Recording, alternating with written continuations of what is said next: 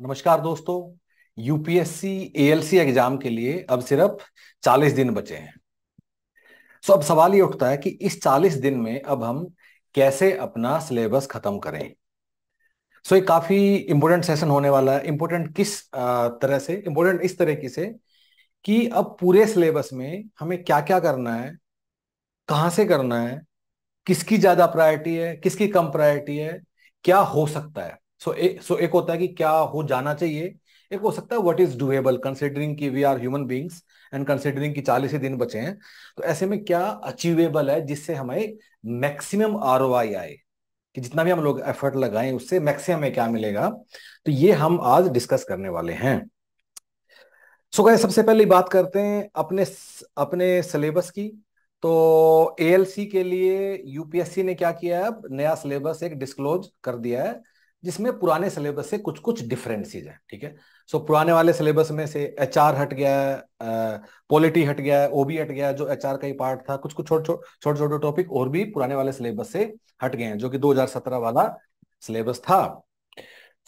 अब इसे ना, पहली बात तो जो ये सिलेबस बदल गया ना, इसके दो तीन बातें आपको जरूर समझनी होंगी। इसका इम्पैक्ट क्या है? पहला इम्पैक्ट क्या है?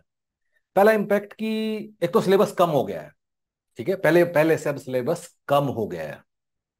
दूसरी बात, अब सिलेबस प्रेडिक्टेबल हो गया है। इसका मतलब क्या है कि अगर आप एचआर पढ़ते थे तो एचआर की ना कोई बाउंड्री नहीं होती है, कहीं से किसी थिंकर का नाम दे देगा, कुछ भी दे देगा। या पॉलिटी पढ़ते थे, पॉलिटी के तो सब ज्ञानी है यूपीएससी वाले लोग, कहीं से कुछ भी सवाल दे देगा। ठीक है। लेकिन अब जो सिलेबस बचा है उसमें ना, जो ये कहीं से भी सवाल दे देगा, ये वाली बात अब काफी कम हो गई है। ऐसा क्यों? क्योंकि सिलेबस का 70 to 80% पोर्शन तो लेबर लॉज ही है। और लेबर लॉज में चाह के भी यूपीएससी बियॉन्ड अ पॉइंट कुछ ज्यादा क्रिएटिविटी नहीं कर सकता। लेबर लॉ काफी static to the point content है। दूसरा इंपैक्ट क्या हुआ इस वाले सिलेबस में, जो नया सिलेबस आया है, कि अब it's more predictable. End of course, अगर एचआर हट गया है, पॉलिटी हट गया, तो इससे एक और बड़ी मजेदार बात हुई है कि पहले लोगों को लगता था कि मैं करोल बाग में बैठ के 3 साल से यूपीएससी का तैयारी कर रहा हूं तो मेरे को कोई एडवांटेज है। वो एडवांटेज हट गई है। किसी को लगता था मैं एचआर एमबीए वो सब बैकग्राउंड से आते हैं हम, तो हमें एचआर आता है, वो भी आता है, तो हम इसमें अच्छा करेंगे। वो भी एक किस्म से हट गया है। इन अ वे ना, अब ज्यादा एडवांटेज भी किसी के पास नहीं रही है। अब चीजें प्रेडिक्टेबल हो गई हैं। अब एडवांटेज भी ज्यादा हट गई है। इसका मतलब क्या है कि कोई भी अच्छे से मेहनत करेगा और 40 दिन अपने दिन रात एक करके इस वाले सिलेबस को अच्छे से कर लेगा, तो उसका होने का काफी ज्यादा चांस है। अगर कोई अभी भी शुरू करेगा तो बस तुम्हारे सामने है, क्लियर बाउंड्री है, उसको तुम्हें खत्म करना है और उसमें से तुम्हें अपने सवाल करने हैं। गाइज, अब सबसे पहली बात आती है कि जो ये पूरा नया सिलेबस आया है, ठीक है, ABCD, जिसमें 16 लेबर लॉज हैं, 4 लेबर कोड हैं, और ये ट्रेड यूनियन जनरल लायबिलिटी और करंट इवेंट्स। ठीक है।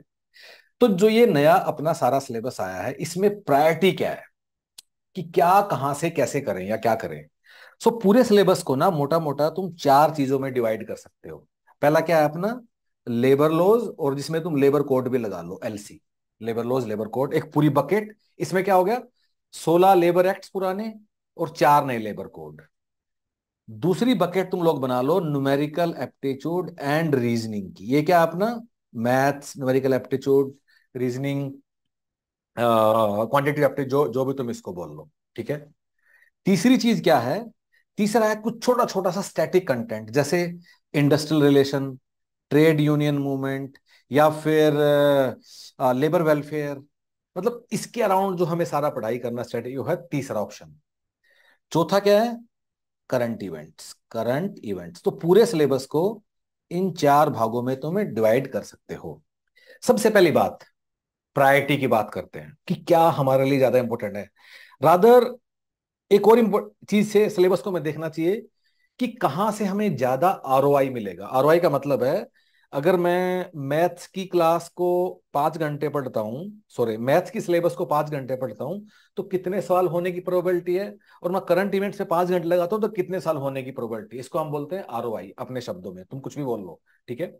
आरओआई के पॉइंट ऑफ व्यू से और प्रायोरिटी के उससे भी, जिस ऑर्डर में मैंने लिखा ना, इसी ऑर्डर में इसका इंपॉर्टेंस है। सबसे ज्यादा लेबर लॉज और लेबर कोड, दूसरे नंबर पे एप्टीट्यूड एंड रीजनिंग, तीसरे पे आईआर, ट्रेड यूनियन और ये सब चीजें, और सबसे लास्ट में आता है करंट इवेंट्स। सबसे प्रायोरिटी अपने मन में हमें सेट कर करें। मेरा मतलब है, अगर टाइम कम है, हम कम पढ़ पा रहे हैं, तो करंट इवेंट्स को अभी नहीं छूना है, पहले बाकी चीजें करना है, इन द सेम प्रायोरिटी होंगी। ठीक है। अब अगर सबसे पहले मैं बात करूं इन चारों की, हम एक एक करके बात करेंगे कि इन चारों की कैसे पढ़ाई करनी है, इन चारों का हमें करना क्या है। तो सबसे पहला है अपना लेबर लॉज या लेबर कोड जो है। सो गाइज, हमारा ऐसा गेस है इन अवर हम्बल अंडरस्टैंडिंग कि 120 में से 50 से 75 सवाल इस वाले सेक्शन से आएंगे। ठीक है। न्यूमेरिकल एप्टीट्यूड से हमारा ऐसा मानना है कि 15 या 20 सवाल आएंगे, या 15 आएंगे या 20 आएंगे। आईआर, ट्रेड यूनियन और इन सब चीजों से हमारा मानना है कि 10 से 15 सवाल आएंगे, और करंट इवेंट से अप्रोक्सीमेटली 10 सवाल आएंगे। मोटा मोटा अप्रोक्सीमेट है, हम ज्यादा ज्ञानी आदमी नहीं है, लेकिन जो एक मोटा मोटा अंदाजा लगा सकते हैं। यूपीएससी ऑफ कोर्स सरप्राइज करता रहता है अपनी उसमें, पर एक मोटा मोटा ये गेस हुआ कि कहां से तुम्हें कितने सवाल बनेंगे आउट ऑफ टोटल कितना, 120। ठीक है। अब इस वाली स्टोरी में सबसे पहले मैं बात करता हूं कि लेबर लॉज और लेबर कोड में कैसे पढ़ाई करना है, या उसमें हमें करना क्या है। So let me move on to the first portion which is labour laws and labour codes. ठीक है। सो क्या शुरू करते हैं। सबसे पहला काम क्या करना है लेबर लॉज या लेबर कोड के लिए, पहले मैं लिख देता हूं नंबर 1, LL and LC। LL labour laws, LC labour code. So क्या सबसे पहला काम क्या करना है कि तुम लोगों को अभी लेबर कोड नहीं पढ़ना है।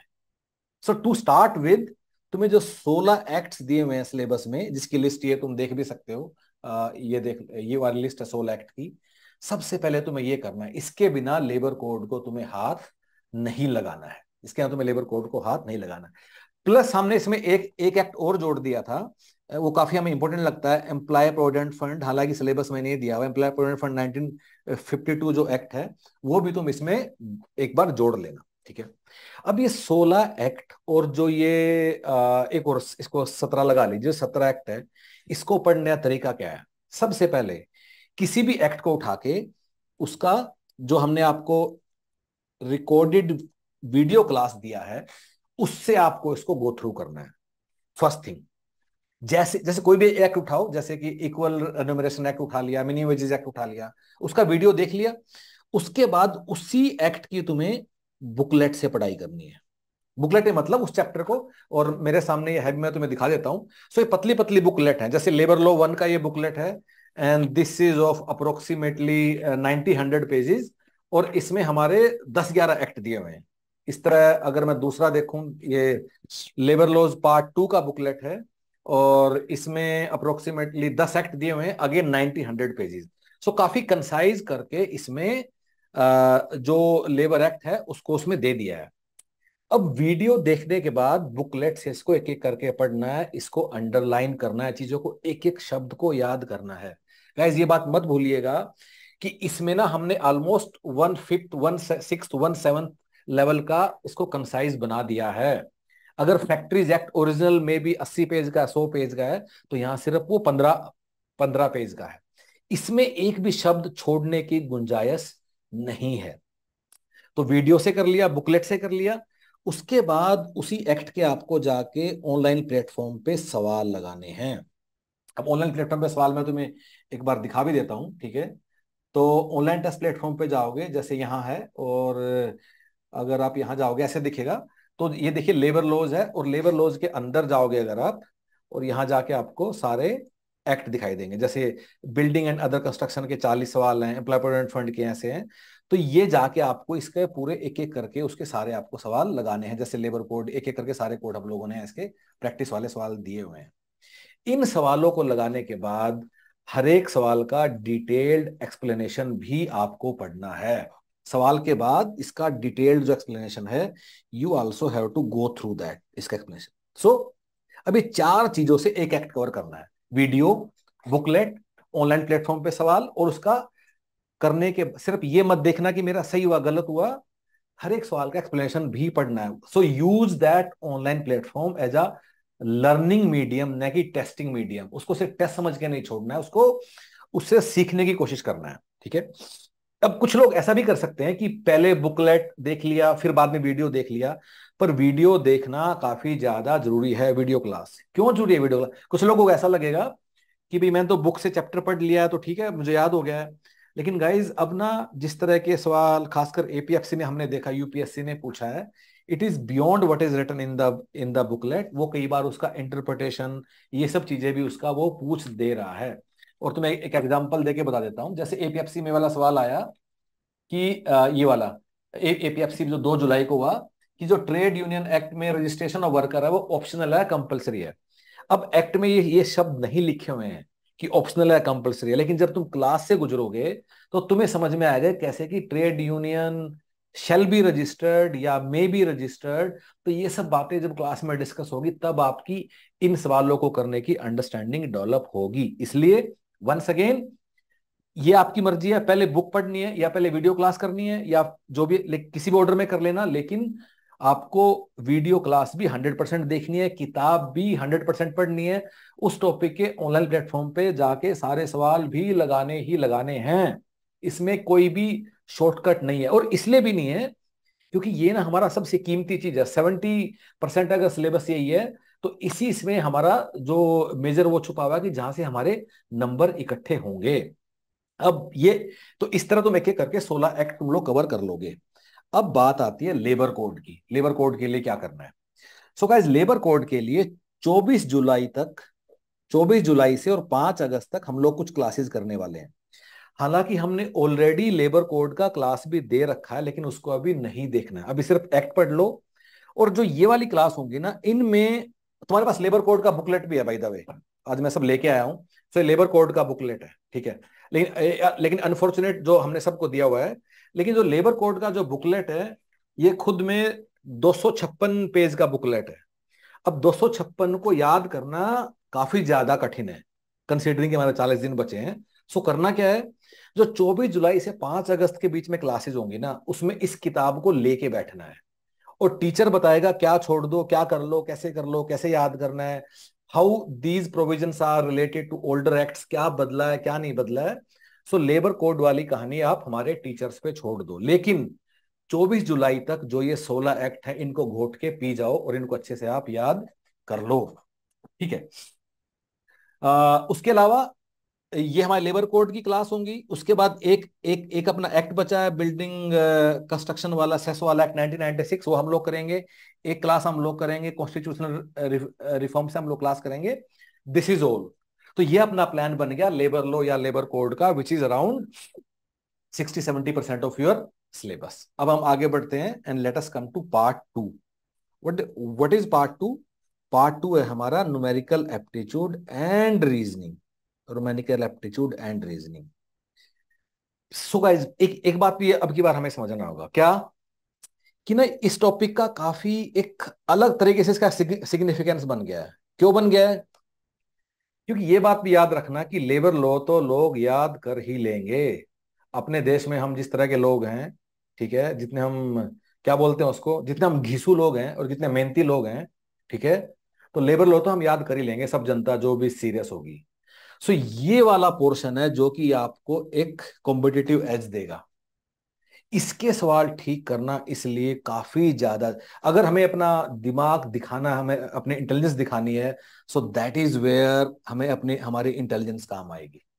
इनफैक्ट अगर कोई मेरे से पूछे तो शायद उन लोगों को अंडी एडवांटेज इस वाले में, जिसका ये न्यूमेरिकल एप्टीट्यूड रीजनिंग थोड़ा अच्छा है, जिसने अच्छे से तैयारी किया, I don't know, banking SSC या एमबीए वाले लोग कैट दिया, या सी सेट का अच्छा पढ़ाई किया है। सिर्फ ये नहीं कि यूपीएससी पेपर दिया, सी सेट का पढ़ाई भी किया है।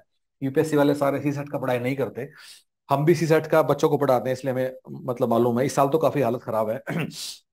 तो इसलिए इस वाले सेक्शन की एक अलग इंपॉर्टेंस है। क्यों? क्योंकि घिसू लोग इसको याद नहीं कर पाएंगे, ये समझ के करने की चीज है। तो अब प्लान ये बनाना है कि न्यूमेरिकल एप्टीट्यूड के जो 15 से 20 सवाल आएंगे, इसमें से हम क्या करके 75 से 80% सवाल हम लोग ठीक कर दें। और उसका एक रास्ता है। उसका रास्ता क्या है कि सबसे पहली बात तो इसका जो सिलेबस है, इसका सिलेबस क्या है, इसके सिलेबस में 36-37 कीवर्ड है, ठीक है। इसका बड़ा डिफाइंड सिलेबस है। यूपीएससी के सारे आरटीज का, आरटी क्या होता है, रिक्रूटमेंट टेस्ट, चाहे वो एएलसी है, एपीएफसी है, एडमिन ऑफिसर है, स्टोर ऑफिसर है, ईएसआईसी डीडी है, डीडी एम्प्लॉयमेंट है, उसका तो होना बाकी है, अगर स्टोर ऑफिसर है, सीएसडी मैनेजर है, सब, और सी सेट है, और सीआईएसएफ है, और सीएपीएफ है। इन सब का सिलेबस सेम होता है। इनकी जो सवाल बनाने वाली टीम है वो भी सेम होती है। अगर तुम्हें समझना कि हम ये बातें इतने कॉन्फिडेंटली क्यों बोल पा रहे हैं, उसके लिए तुम क्या करना, एक बार ह्यूमन पैटर्स की वेबसाइट पे जाना, और यहाँ कोर्स होगा सी सेट फॉर यूपीएससी। और अगर सी सेट वाले कोर्स पे तुम जाओगे, यहाँ सबसे नीचे एक लाइन लिखी हुई है, click here for detailed analysis of C set. और इस पे क्लिक करोगे, एक पीडीएफ डॉक्यूमेंट खुलेगा। इस पीडीएफ डॉक्यूमेंट को देख के तुम्हें समझ में आ जाएगा कि वो 36 टॉपिक कौन से हैं जहां सिलेबस की बाउंड्री है तुम्हारी। और ये भी समझ में आ जाए कैसे इन सारे एग्जाम्स में आपस में सवाल रिपीट होते रहते हैं। इनफैक्ट इन सारे एग्जाम्स के जो सवाल बनाने वाली टीम है वो भी सेम ही है। दोबारा बताता हूं, ह्यूमन पेरिटस, यहां जाके सी सेट वाले लिंक पे क्लिक करना और एक बार ये वाली चीज आप देख लेना। सो गाइस, कमिंग बैक, वापिस आते हैं। तो जनरल मेंटल एबिलिटी की हम लोग बात कर रहे हैं। इस इन 36-37 कीवर्ड की आपको क्लास लगानी है। अब यहां ना थोड़ा स्मार्ट वर्क भी कर सकते हैं। स्मार्ट वर्क क्या कर सकते हैं कि जो तो ज्यादा समझने वाली चीज है उसकी उसकी क्लास लगा लो, जैसे कि number system, time speed and distance, permutation combination, probability या एवरेज। और जहां लगता है कि थोड़ा खुद से भी कर ही लोगे, जैसे कि directions, relationship, coding decoding, number series, letter series, तो जो थोड़े ऐसे वाली चीजें हैं, मे बी उनमें you can save some time by not going through the classes, लेकिन सिर्फ सवाल कर लो उनके। तो डू सम स्मार्ट वर्क। लेकिन इन 36-37 कीवर्ड है, इनके आपको सवाल करने होंगे। ऑफ कोर्स अगर काफी ज्यादा कठिन लग रहा है, जिनका मैथ्स का बैकग्राउंड नहीं है, वो थोड़ा ऐसा भी कर सकते हैं कि ठीक है, मेरे 36-37 नहीं होंगे, मे बी मैं प्रोबेबिलिटी नहीं करूंगा, मैं टाइम स्पीड नहीं करूंगा, तो मैं 36 में तो 32 कर लूंगा। ठीक है, वो जितना रिस्क है छोड़ने का वो आप खुद उसको समझते हो, लेकिन कुछ कुछ करके अपना ऐसे प्लान भी कर सकते हो। अब इनकी वीडियो क्लास जरूर लगानी है पहले। क्यों? क्योंकि मैथ है ना, अब तुम्हारे लिए मैथ इज नॉट अबाउट सीखना, सॉरी, तुम्हारे लिए math is not about practice करना, बट मैथ इज अबाउट सीखना। मेरा मतलब क्या है इसका, कि हमारा आइडिया ये नहीं है कि हम 500 सवाल करें। हमारा आइडिया ये है कि हम 5 ही सवाल करें, और 5 सवाल करके एक ऐसा मेथड सीख ले जो कि 500 सवालों पे अप्लीकेबल होता हो। तो ये बात कैसे आएगी, जब आप वीडियो क्लास के थ्रू इन सब टॉपिक्स को आप सुनोगे। और ये बात समझने के लिए काम भी कर सकते हो, एएलसी के पेज पे ना, अगर आप जाओगे एएलसी के पेज पे, एएलसी के पेज पे ना एक दो वीडियो क्लास कोई पड़ा होगा। So let me go to ALC page. ALC के पेज पे चले गए, ठीक है। और यहाँ अगर नीचे आएंगे, नीचे आएंगे, analysis of quality of teaching, इसमें देखो मैथ्स की क्लास पढ़ी है, न्यूमेरिकल एप्टीट्यूड की, एक दो क्लास ने ऐसे चला के देख लो, और तुम्हें समझ में आ जाएगा कि मैं से क्यों बोल रहा हूँ कि कुछ सीखना है, न कि सवालों को प्रैक्टिस करना है। तो ये वीडियो में हर एक टॉपिक करने के बाद तुम्हें क्या करना है, तुम्हें 2000 सवाल करने हैं। एंड ऑफ कोर्स अगर कोई 2-4 टॉपिक छोड़ता तो उसके 2000 से कम हो जाएंगे। सिर्फ 2000 सवाल कौन से हैं, ये जो हमने आपको किताब भेजी है, numerical aptitude and reasoning for UPSC exams, इसके अंदर ये 2000 सवाल हैं आपके। इन 2000 सवालों में एक भी सवाल ऐसा नहीं है जो हमने बनाया है, या एक भी सवाल ऐसा नहीं है जो कहीं और से आया है। ये सारे के सारे सवाल कौन से हैं, जो पिछले 10-11 साल में यूपीएससी के किसी भी एग्जाम में आए हैं। अब इन सवाल है, लास्ट में इनकी आंसर की है, ठीक है, इन बात उसमें एबीसीडी लिखा हुआ है, पर शायद कुछ सवाल तुमसे नहीं भी होंगे। तो इन सब के detailed explanation online test platform पे अवेलेबल है, हर एक सवाल के। इस बुक में सिर्फ सवाल है और उसका आंसर है। एक्सप्लेनेशन देखने से पहले कोशिश करना खुद करो, बिल्कुल नहीं हो तभी वहां जाके भागना, अदरवाइज जरा खुद कोशिश करना है। तो ये जो 2000 सवाल हैं इस बुक में, और जिसको हमने डिवाइड कर दिया है, ये 37 टॉपिक्स में जिसको हमने डिवाइड कर दिया है, ठीक है, 37 टॉपिक्स में, इनमें से मैक्सिमम जो करना है वो करो। किसी दूसरी मैथ्स की, किसी एप्टीट्यूड की, किसी बैंकिंग की, किसी की हाथ लगाने की जरूरत नहीं है। क्यों नहीं है गाइज? क्योंकि ना यूपीएससी का एक अपना तरीके के सवाल आते हैं, they are not like banking SSC. और इन सवालों को करने से तुम्हें एग्जैक्ट डिफिकल्टी लेवल का अंदाजा होगा कि तुम्हें सवाल कैसे होंगे। नॉट ओनली दिस, इसमें से काफी सारे सवाल रिपीट भी होंगे। अगेन रिपीट का मेरा मतलब है कि बिल्कुल सेम सवाल नहीं आएगा, कभी कभी वो भी हो जाता है, मतलब सवाल will not repeat, the concept will repeat. तो ये इस तरह आपको अपने मैथ्स के सारे सवाल करने हैं। अनदर थिंग कि मैथ्स के लिए हम लोग 10 जुलाई से हम लोग मैथ्स के लिए हाँ, मैथ्स के लिए हम लोग 10 जुलाई से हम लोग क्या कर रहे हैं, 10 जुलाई से हम लोग मैथ्स के लिए कुछ लाइव क्लासेस शुरू कर रहे हैं 10 जुलाई से। ठीक, आप इसमें आ सकते हो, लाइव क्लासेस अपने डाउट पूछ सकते हो। ऑफ कोर्स अब ऐसा नहीं हो सकता कि 10 जुलाई से एक महीने में कोर्स खत्म हो जाएगा। सो हमारा प्लान क्या है कि जो मैथ्स के जो मुश्किल मुश्किल टॉपिक्स हैं, जहां लोगों को ज्यादा चैलेंज फील होता है, वो हम पहले करा देंगे। वीडियो कोर्स तो सारे टॉपिक्स का ही है, 36 का है, तो कुछ टॉपिक्स हम लोग तुम्हारे करा देंगे इस वाले कोर्स में। बाकी वीडियो हमें पूरे कोर्स के लिए ही देंगे, मैथ्स के जितना भी ये कोर्स है। बट गाइज अगेन, इस वाले कोर्स को आप सीरियसली लो, और इसमें अपना थोड़ा स्ट्रेंथ आपको बिल्ड करना होगा, क्योंकि यहाँ आपको ना अपना इंटेलिजेंस, अपना टैलेंट, अपनी कॉम्पिटिटिव एडवांटेज आपको लेने का मौका आपको मिलेगा। Let's come to part 3 of the syllabus now. What is part 3? Part 3 is our IR, trade union movement, और ये अपना पार्ट 3 है। सो गाइस, इसके लिए मैं कोई ज्ञान नहीं दूंगा, क्यों? क्योंकि ये तो तुम्हें रटना ही है। IR की ये किताब है, पतली सी किताब है, सिर्फ 80 पन्ने हैं, पर इसकी आपको एक एक लाइन याद करनी है। इसके साथ एक और पतली किताब है लेबर वेलफेयर की, देख लो कितनी पतली है, और इसमें कितने पन्ने हैं? इसमें है सिर्फ 66। ठीक है, ये भी करनी है। कुछ लोगों को ये डाउट है कि सिलेबस में सिर्फ ट्रेड यूनियन मूवमेंट लिखा है, तो हम IR क्यों पढ़े? तो गाइज अब रीजन के अंदर नहीं जाते हैं। आपको IR, evolution of IR, conflict, dispute resolution, collective bargaining, code of discipline, code of conduct, worker participation in management, labour ministry क्या कर रही है, लेबर कमीशन जो बने हैं, ILO, ये सारी चीजें आपको करनी है। नॉट ओनली दिस, इसके अलावा लेबर वेलफेयर की कुछ इंपॉर्टेंट थ्योरीज, सोशल सिक्योरिटी क्या होता है, लेबर मार्केट की इकोनॉमिक्स थोड़ा बहुत, वेज थ्योरी, वेज डिफरेंशियल, ये सब भी आपको करना है। तो ये दो पतली पतली किताबें भी आपको करनी है। ठीक है, एंड ऑफ कोर्स कोई इसके लिए कोई शॉर्टकट नहीं है, कोई तरीका नहीं है। हम चाहते हैं जो किताबों में लिखा ना पतली पतली, वो तुम याद कर लो, इसके सारे सवाल भी कर लो। इसके लिए क्लास मन है तो देख लो, नहीं देखोगे इट इज ऑल्सो ओके। लेकिन इन किताबों में जो एक एक लाइन लिखी है, और जो ऑनलाइन प्लेटफॉर्म पे इनके सारे सवाल हैं, ये दोनों चीजें तुम्हें करना ही करना है। दिखा भी देता हूँ एक बार IR और के सवाल तुम लोगों को ऑनलाइन प्लेटफॉर्म पे, अगर वहां मैं लॉग आउट नहीं हो गया हूँगा तो। सो कहाँ, labour welfare and labour employment, ये वाला है। इसके नीचे जो ये वाले टेस्ट दिए हुए हैं, फिर IR भी होना चाहिए कहीं, ये रहा IR सेकंड नंबर पे। तो इसके इसके वाले सारे टेस्ट हैं, ये वाले industrial relation, industrial dispute, ILO, collective bargaining, labour commission, WPM, ये गाइस इनके सवाल एक एक इन्हीं से रिपीट होते हैं। बाय द वे, क्योंकि हम ओवर द ईयर्स हम इतना सारा IR इतने सारे एग्जाम में करा चुके हैं, इससे बाहर सवाल आने की प्रोबेबिलिटी बहुत ही कम है, कुछ आएगा एक एक, लेकिन ये रटने वाला चीज है। कैसे रटोगे वो तुम जानो, पर ये करना है। ठीक है, आज अब आते हैं फोर्थ चीज पे। फोर्थ क्या है? Current events. करंट इवेंट कब से कब तक करना है?